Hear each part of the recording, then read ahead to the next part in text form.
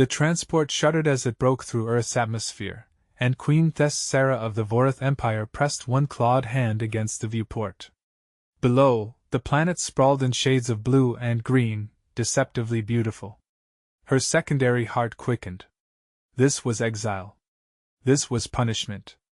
Her own council had voted unanimously. She had failed to secure the northern territories, and failure among the Vorith carried only one sentence: banishment to the barbaric world where evolution had produced the galaxy's most violent species. Majesty, Captain Vorn said quietly from the pilot's seat, his gray skin pale in the cabin light. Landing protocols confirmed. They're expecting us at the designated zone.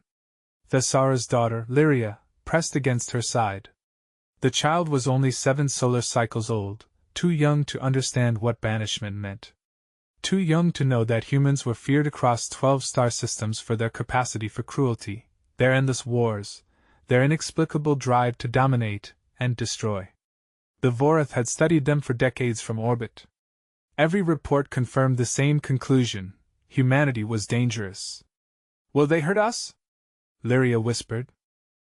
Thessera had no answer. She smoothed her daughter's silver hair and felt the weight of her ceremonial blade at her hip.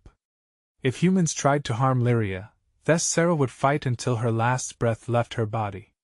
The transport touched down on a flat stretch of land surrounded by structures the humans called buildings. Through the viewport, Thessera saw them waiting, dozens of humans, standing in loose formations, their faces unreadable. She recognized weapons holstered at their sides. Her throat tightened. The hatch opened. Earth's air rushed in, thick and oxygen-rich, almost intoxicating. Thessera descended the ramp with Lyria's small hand clutched in hers. Captain Vorn followed 3 steps behind, his posture military straight despite the fear she knew he carried. A human stepped forward. Male, based on the anatomical studies Thessera had reviewed. His skin was darker than the others, his hair cut short, his uniform crisp. He stopped 3 meters away and inclined his head. Queen Thessera. I'm Director Marcus Chin. Welcome to Earth. The word welcome struck her as absurd. This was exile, not hospitality. We've prepared accommodations, Chin continued. His voice was steady, neither threatening nor warm. You'll have quarters in the settlement. Full autonomy within designated zones. We ask only that you follow basic safety protocols. Thessara's fingers tightened around Lyria's hand. Safety protocols? For your protection, Chin said. Earth can be dangerous if you're unfamiliar with the environment. A tall human woman approached, her hair pulled back, her expression neutral. I'm Dr. Sarah Kim. I'll be your primary liaison. We've arranged medical screening, standard procedure for any newcomer. It's voluntary but recommended. Lyria shifted closer to Thessara's leg. The child's fear radiated through their biolink, and Thessera felt her own pulse accelerate in response. Around them, more humans watched. Some held small devices, recording. Others simply stared. Where are the containment fields? Thessera asked. Chen's brow furrowed. Containment fields? For us. We are prisoners. Something flickered across Chen's face, surprise, perhaps, or confusion. You're not prisoners, Your Majesty. You're refugees under the Sol System Asylum Accords. You have rights here. Protections. Thessara's translator chip processed the words, but they made no sense. Humans did not offer protection. They conquered. They destroyed. Every intelligence report confirmed it. I don't understand, she said. Dr. Kim stepped closer, her movements slow and deliberate. Let's get you settled first. We can discuss details once you've had time to rest. The journey from your system is long. Lyria's grip on Thessara's hand was painful now. The child's eyes were wide, fixed on the humans surrounding them. One human crouched down, a young woman with bright red hair tied in a complex braid. She smiled at Lyria, then reached into a pocket and withdrew something small and colorful. Thessara's hand moved to her blade. It's okay, the woman said softly, holding up the object. It's just a toy. See? She squeezed it, and it made a soft sound. My daughter loves these. I thought maybe. She glanced at Thessera, her expression cautious. May I? Every instinct screamed at Thessera to refuse, to pull Lyria away, to demand distance. But Lyria's curiosity pulsed through their biolink, cutting through the fear. The child stepped forward. Lyria! But her daughter was already reaching for the toy, her small fingers closing around it. She squeezed. It chirped. Lyria's eyes widened, and a sound escaped her, not quite a laugh, but close. The red-haired woman smiled wider. You can keep it. Thessara's translator must have malfunctioned. Humans did not give gifts. They took. They destroyed. We should proceed to your quarters, Dr. Kim said. It's getting late, and I'm sure you're exhausted. Thessera allowed herself to be led through the settlement, her mind racing. The buildings were simple but clean. Humans moved aside as they passed, watching but not threatening. Some nodded. Others raised their hands in what the cultural database identified as a greeting gesture. They reached a structure set apart from the others. Inside, Thessera found furnished rooms, sleeping platforms, temperature controls, even a food preparation area. It was more comfortable than she'd expected. Far more. There's an emergency communicator here, Chin said, pointing to a panel on the wall. If you need anything, medical assistance, supplies, just to talk, press this button. Someone will respond immediately. Why? The question escaped before Thessera could stop it. Chin met her gaze. His eyes were brown, surprisingly warm. Because you're here now. Because you need help. Because that's what we do. He left before she could respond. Dr. Kim lingered a moment longer. I know you've heard things about us, the doctor said quietly. I know you're afraid. But give us a chance to show you who we really are. That's all I ask. When they were finally alone, Thessera sank onto one of the sleeping platforms. Lyria climbed into her lap, still clutching the toy, still making it chirp. Through the window, Thessera could see humans moving through the settlement, going about their evening routines. Lights flickered on in buildings. Somewhere, she heard something that might have been laughter. Nothing made sense. The humans were supposed to be monsters. They were supposed to be violent, cruel, impossible to reason with. Everything the Vorith knew about Earth said this world would be suffering. But Lyria was chirping the toy again, and outside, the humans simply lived their lives, and Thessera felt the first crack form in everything she thought she understood about the species that had just offered her refuge. The days that followed carried a surreal quality that left Thessera constantly off balance. Dr. Kim arrived each morning with food, not rations, but carefully prepared meals that considered Vorith dietary restrictions. The doctor had somehow accessed their biological data and consulted with xenobiologists to ensure nothing would harm them. When Lyria refused to eat the first morning, overwhelmed and frightened, Dr. Kim simply sat cross-legged on the floor and waited, speaking softly about her own daughter, about Earth seasons, about nothing and everything until Lyria's curiosity overcame her fear. Thessera watched these interactions with a soldier's vigilance, searching for manipulation, for hidden intent. She found none. Dr. Kim's patience seemed genuine. Her smiles reached her eyes. When Lyria finally took a bite of the prepared fruit, the doctor's relief was unmistakable. She's brave, Dr. Kim said, watching Lyria explore the quarters. Braver than my daughter was at that age during our relocation to the settlement. You've been displaced? Thessera asked, the question sharp despite her attempt at neutrality. My family chose to move here. We're part of the First Contact Initiative. When your council reached out about asylum, I volunteered. Dr. Kim's expression sobered. I've read the reports from your empire. The internal conflicts, the territorial wars. I'm sorry for what you've endured. Thessera's jaw tightened. The humans knew about her failure. About the thousands who had died because she trusted the wrong advisors, made the wrong strategic decisions. Her shame was recorded in their databases, available for their judgment. You must think us barbaric, Thessera said. Dr. Kim's laugh was unexpected, soft, and sad. Your Majesty, humanity spent thousands of years perfecting barbarism. We're in no position to judge. The honesty startled Thessera into silence. On the third day, Chin appeared at their door with a proposition. We'd like Lyria to meet some of the settlement's children. Socialization is important for development. It's completely voluntary, of course. Thessera's first instinct was to refuse. But Lyria had been listless since their arrival, her usual energy dampened by fear and uncertainty. The biolink between them thrummed with the child's loneliness. I'll accompany her, Thessera said. Of course. The human children gathered in a large communal space filled with colorful objects and soft surfaces.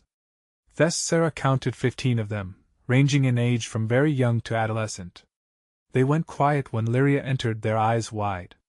Lyria pressed against Thessera's side, her breathing rapid. A small human boy approached, no more than 5 or 6 years old. He held something in his hands, a curved object covered in synthetic material. Do you want to play? The boy asked. Lyria's confusion pulsed through the biolink. Play? With the ball. You throw it and catch it. It's fun. The boy demonstrated, tossing the object to an older girl who caught it and tossed it back. Lyria watched for a long moment. Then, tentatively, she stepped forward. The boy gently threw the ball toward her. It bounced off her chest and rolled away. Lyria stared at it, and Thessera felt her daughter's embarrassment spike. But the children laughed, not cruel laughter, but the sound of shared amusement. The boy retrieved the ball and showed Lyria how to position her hands. They tried again. This time, Lyria caught it. Her joy exploded through the biolink so intensely that Thessera gasped. Within minutes, Lyria was running with the other children, her silver hair streaming behind her, her laughter, actual laughter, filling the space. The human children accepted her without question, adapting their games to include her, teaching her their rules, celebrating her successes. Thessera sank into a chair along the wall, her legs suddenly weak. A human woman sat beside her, the red-haired woman from the first day. I'm Jennifer, the woman said. The tiny terror in the blue shirt is mine. Sam. Thessera watched Sam chase Lyria around a soft obstacle, both children shrieking with delight. They accept her so easily. Kids are like that.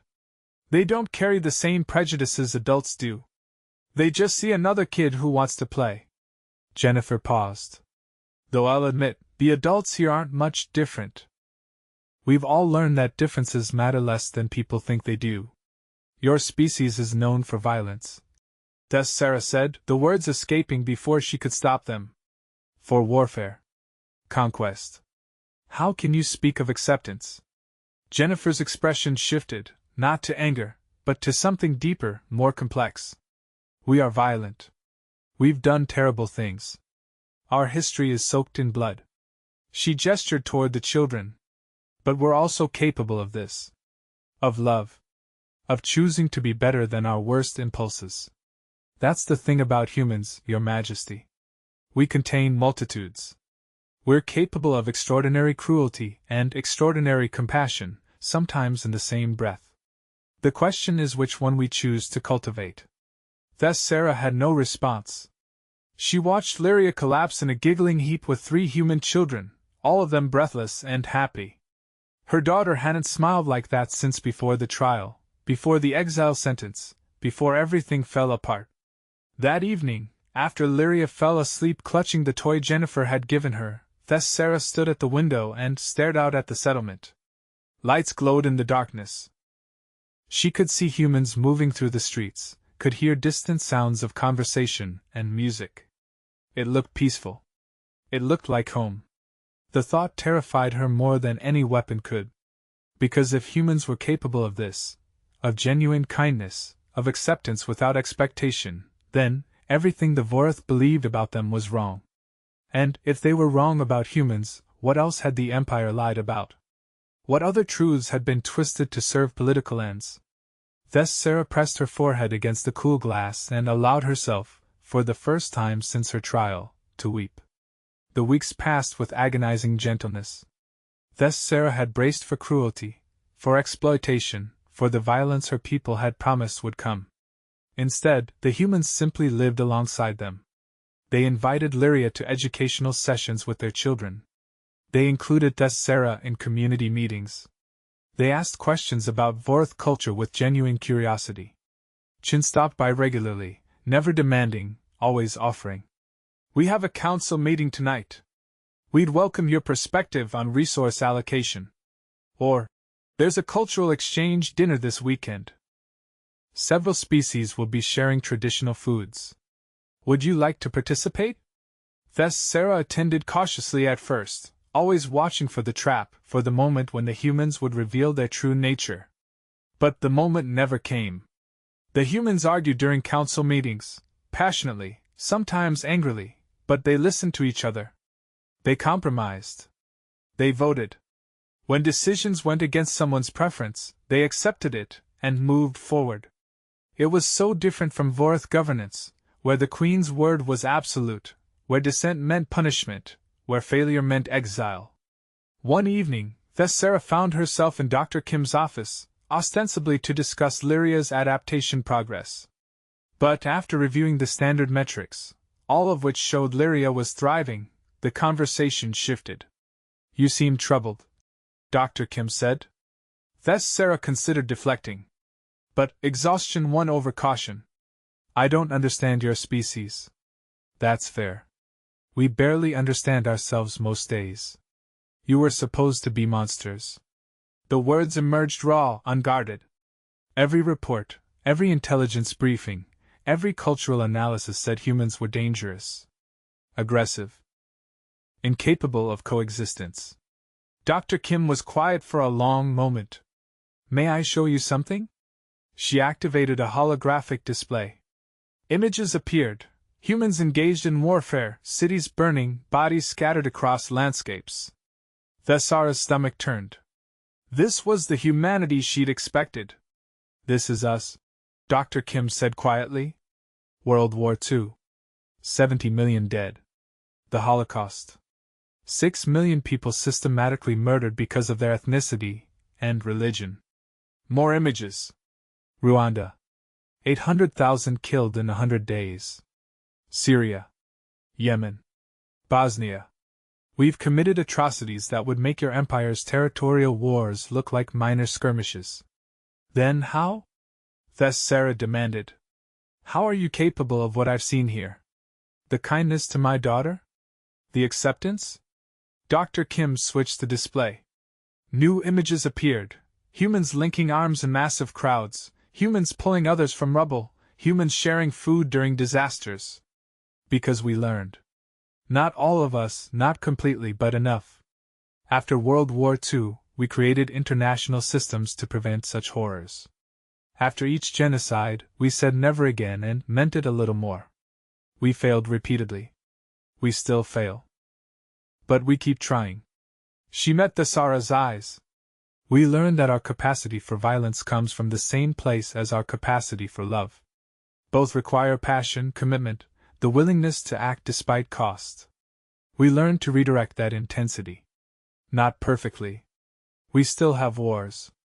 We still have hatred. But we also have this. She gestured toward the window, toward the settlement beyond. We have communities that choose compassion. We have people who fight like hell for peace. We have millions who wake up every day and decide to be better than they were yesterday. Your reports about us weren't wrong, Your Majesty. Humans are dangerous. We're violent and unpredictable and capable of terrible things. But we're also capable of incredible love. Both things are true. The question isn't which one is real, they both are. The question is which one we choose to feed. Thess Sarah felt something crack open inside her chest. My people only showed me half the truth. Most governments do. Dr. Kim said gently. Fear is an excellent control mechanism. If the Vorth Council could keep you afraid of humans, they could justify almost anything. They could maintain their authority through external threats rather than internal merit. They sent me here to suffer. They sent you here expecting you to suffer. Dr. Kim's smile was sad. They didn't account for the possibility that you might find something else. That night, Sarah couldn't sleep. She stood in the darkness of their quarters, watching Lyria's peaceful face in the dim light. Her daughter had adapted so completely. Lyria spoke simple human languages now. She had friends. She laughed daily. She had never been this happy on their home world, where protocol dictated every interaction, where a child of the royal family had duties instead of play. A soft knock interrupted her thoughts. Sarah opened the door to find Jennifer standing outside, her expression apologetic. "I'm sorry to disturb you." Sam woke up crying and asking for Lyria. "Something about a promise they made?" "I told him it was too late, but he's inconsolable." Sarah glanced back at Lyria, then made a decision that would have been unthinkable weeks ago. "I'll wake her." Minutes later, Lyria stood sleepily in their doorway, holding the toy Jennifer had given her. Jennifer crouched down. "Sam's having nightmares. He says you promised to keep the monster away if he got scared. Do you remember?" Lyria nodded seriously. "I promised. Vorth keep promises. Would you like to come to our quarters? Just until he falls back asleep." Thessara's instinct was to refuse, to keep Lyria close, to maintain control. But Lyria looked up at her with such hope, such trust, that the refusal died in her throat. "Go," Thessara said quietly. "I'll be here when you return." She watched them walk down the corridor, Jennifer's hand gentle on Lyria's shoulder, her daughter's silver hair glowing in the artificial light. When they disappeared around a corner, Thessara felt the biolink stretch but hold. Lyria wasn't afraid. Her daughter trusted these humans completely. And slowly, impossibly, so did Thessara. The revelation came during a crisis. An emergency alert shattered the settlement's peace 3 months into their exile. Thessara jolted awake to flashing lights and a voice over the communication system. "All residents to shelters. Atmospheric anomaly detected. This is not a drill." Her military training engaged instantly. She grabbed Lyria, who was already awake and frightened, and moved toward the door. Outside, humans were running through the corridors in organized chaos. Chin appeared, directing traffic. "Your Majesty, Shelter 3. Dr. Kim is waiting."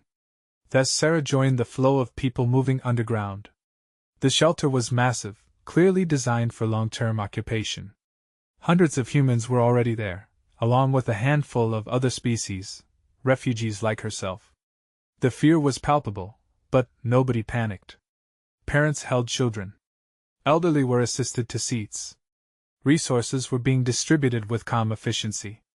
Dr. Kim found them immediately. "Over here. I've saved space."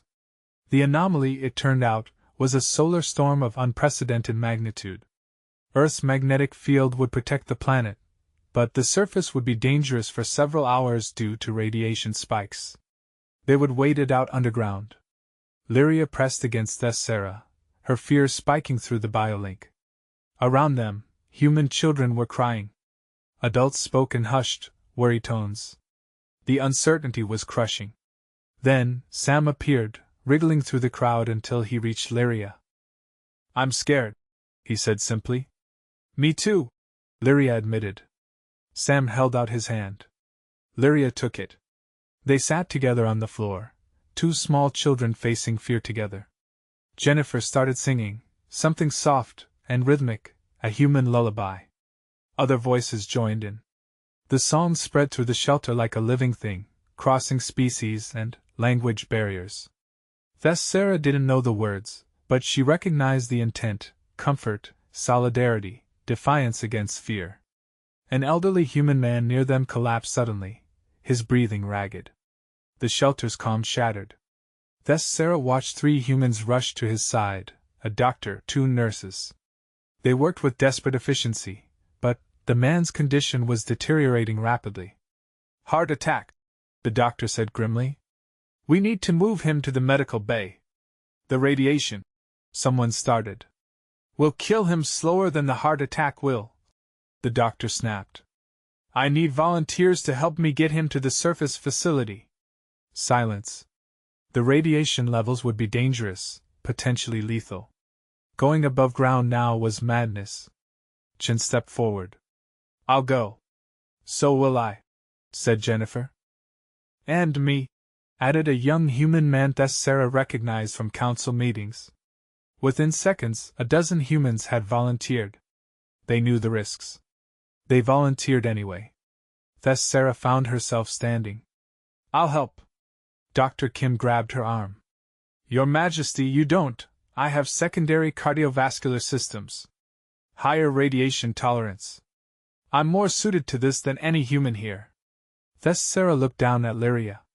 Stay with Dr. Kim. I'll return. Lyria's fear crashed through the biolink, but her daughter nodded. Vorith keep promises.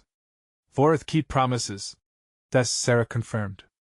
The journey to the surface was nightmarish.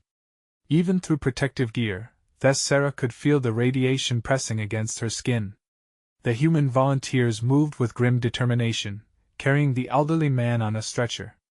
Chen led them through corridors that seemed endless. They reached the medical facility. Human doctors took over immediately, rushing the man into surgery. The volunteers stood in the decontamination area, exhausted and radiation sick. Chen was vomiting into a receptacle. Jennifer's hands were shaking. But they had succeeded. A young nurse approached Sarah, her eyes wide. Thank you? That man is my grandfather. Sarah had no words. She simply nodded. They returned to the shelter to find the storm had passed. As they emerged, something unexpected happened. The humans, all of them, began to applaud. Not just for their group, but for each other. For surviving together. For choosing to risk everything for a single life. Lyria crashed into Thessara's legs, sobbing with relief. Sarah lifted her daughter and held her close, feeling the biolink pulse with love and fear and joy. Chen approached, still pale from radiation sickness. The old man's stable. He'll survive. You risked death for him, Sarah said. Of course. Chen looked genuinely confused by her statement. He's one of us. But he's old. His productive years are behind him. By any logical calculation, risking 12 lives for his one makes no sense. Chen's expression shifted to something Sarah couldn't quite name. Your Majesty, humanity abandoned logic as a primary decision-making framework about the time we invented philosophy. We don't save people because it's logical. We save them because we love them. Because every life has value. Because the measure of a civilization isn't its efficiency, it's how it treats its most vulnerable. Jennifer joined them, her daughter in her arms. We're messy and emotional and we make decisions that don't make sense on paper. But that's exactly why we survive. Logic would have killed us millennia ago. Love kept us going. Sarah looked around the shelter. At the humans helping each other. At the volunteers who had risked death without hesitation. At Sam and Lyria, still holding hands, their fear forgotten in the relief of safety. Something fundamental shifted inside her. She had been trained to see strength in military might, in strategic dominance, in the ability to conquer. But watching these humans, she saw a different kind of strength. The strength to be vulnerable. To risk everything for others. To choose compassion when logic demanded otherwise. You weren't supposed to be like this. Sarah whispered. Dr. Kim heard her. What were we supposed to be? Monsters. The word came out broken. You were supposed to be monsters so I could hate you. So I could maintain my identity as a Vorith, as someone superior to you. But you're not monsters. You're just... She gestured helplessly at the scene around them. You're just people trying to be good. We fail a lot, Dr. Kim said quietly. We hurt each other. We make terrible choices. But we keep trying. That's all any of us can do. That night, after Lyria fell asleep, Sarah sat down and composed a message to the Vorith Council. She detailed everything she had witnessed. The kindness. The sacrifice. The love that humans showed not despite their capacity for violence, but alongside it. She explained that humanity's danger came not from cruelty but from the intensity of their emotions, and that intensity could be directed toward creation as easily as destruction. She sent the message knowing it would change nothing. The council would dismiss her observations as the delusions of an exile. They would continue to fear humans, to teach their children that Earth was a place of suffering. But maybe someday, someone would read her words and understand. Maybe someday, the Vorth would learn what she had learned, that the most dangerous species in the galaxy was dangerous precisely because they had learned to love as fiercely as they once hated. And maybe that was the most terrifying thing of all, not that humans could destroy you, but that they could make you believe in better possibilities. That they could take an exiled queen and her frightened daughter and show them that home wasn't a place you were born, but a feeling you chose to cultivate. Thus Sarah looked out the window at Earth's sky, finally, clear of radiation and storm. Stars glittered above, including the distant point of light that was her home system. She felt no longing for it. No desire to return. Because Lyria was laughing in her sleep, clutching a toy given by a human child. Because Sam had asked if Lyria could come to his birthday celebration next week. Because Jennifer had hugged Thessera after the radiation incident, and said, "Thank you for being brave with us." Because somewhere in these past months, exile had become sanctuary, and Thessera had learned that love, messy, illogical, dangerous human love, was the most powerful force in any galaxy. The Vorth had sent her here expecting suffering. They had given her the cruelest punishment they could imagine. But they had miscalculated. They had forgotten that suffering only exists in the absence of connection. And humans, for all their flaws and violence and terrifying intensity, had mastered the art of connection. They had given her and Lyria what the Vorth Empire never could, a place to belong. Thessera pressed her hand against the window and smiled finally, understanding the truth that would have saved her people if they'd ever been brave enough to learn it. Humanity's greatest strength wasn't their weapons or their aggression or their refusal to surrender. It was their stubborn, illogical, beautiful insistence on loving each other even when it made no sense to do so. And that love, given freely to an exiled queen and her frightened child, had changed everything.